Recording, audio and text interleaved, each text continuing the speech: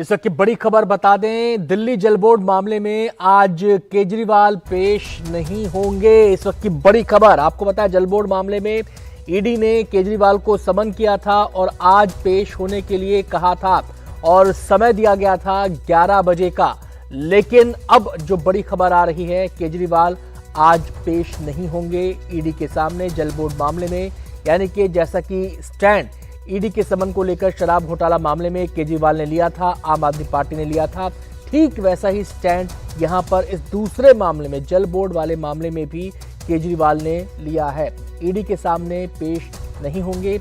आपको बताएं कि जल बोर्ड में टेंडर से जुड़ी जो अनियमितताएं हैं, कुछ मशीनों को लगाने को लेकर, मशीनरी लगाने को लेकर टेंडर से जुड़ी जो अनियमितताएं हैं, उनको लेकर जो जांच चल रही है, 2 चीफ इंजीनियर उसमें गिरफ्तार हो चुके हैं और उसी जांच के दायरे के अंदर ईडी ने केजरीवाल को समन किया था। इस मामले की जांच को आगे बढ़ाते हुए केजरीवाल को समन किया था और कहा गया था कि करोड़ों रुपए का नुकसान दिल्ली जल बोर्ड को हुआ और उसकी ही जांच इस मामले में ईडी कर रही है।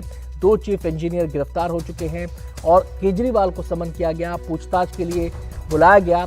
लेकिन अब केजरीवाल की तरफ से ये जानकारी सामने आ रही है कि इस मामले में भी केजरीवाल पेश नहीं होंगे। सुबह से ही हमारे संवाददाता केजरीवाल के घर के बाहर मौजूद थे। अब से कुछ देर पहले उन्होंने बताया भी केजरीवाल के घर पर कुछ हलचल नहीं है। लेकिन दूसरी तरफ दिल्ली पुलिस ने राजघाट के आसपास इंतजामात किए थे और उसको देखते हुए लग रहा था कि शायद कुछ जो शराब घोटाला मामला है उससे अलग कुछ स्टैंड यहाँ पर हो, लेकिन ऐसा नहीं है। अरविंद केजरीवाल ने कहा है कि ईडी का समन गैर कानूनी है, कोर्ट से जमानत को बार बार समन क्यों। सीधे हम रुख करेंगे, हमारे संवाददाता शरद इस समय हमारे साथ जुड़ गए हैं तमाम जानकारियां देने के लिए। शरद, आपने पहले ही बताया था कि हलचल कुछ नहीं है, हो सकता है पहले वाला ही स्टैंड हो, चीजें वैसी ही सामने आई हैं। बिल्कुल, और ये कहा गया है आम आदमी पार्टी की तरफ से कि ये समन गैर कानूनी है और बीजेपी ईडी के पीछे छुपकर ये चुनाव लड़ना चाहती है।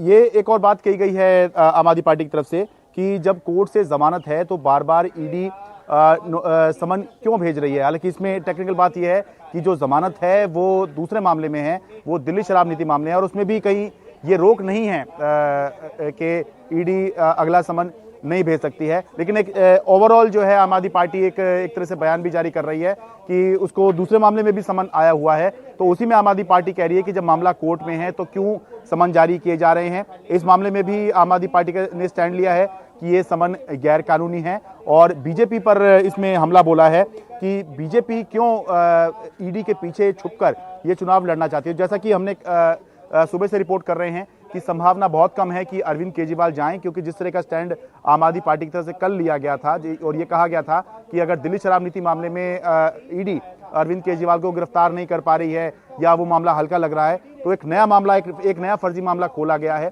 ऐसा आम आदमी पार्टी ने कहा था।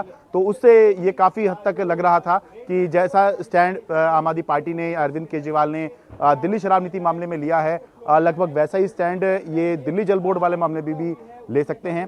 तो अब देखना होगा कि ईडी इस मामले में किस तरह से आगे बढ़ती है। बहुत संभव है कि अभी ईडी कोर्ट ना जाए, जो अरविंद केजरीवाल का जवाब होगा उसको एग्जामिन करके अगले समन की तरफ ईडी बढ़े। जैसा कि बहुत बहुत शुक्रिया शरद आपका इस पूरी जानकारी के लिए।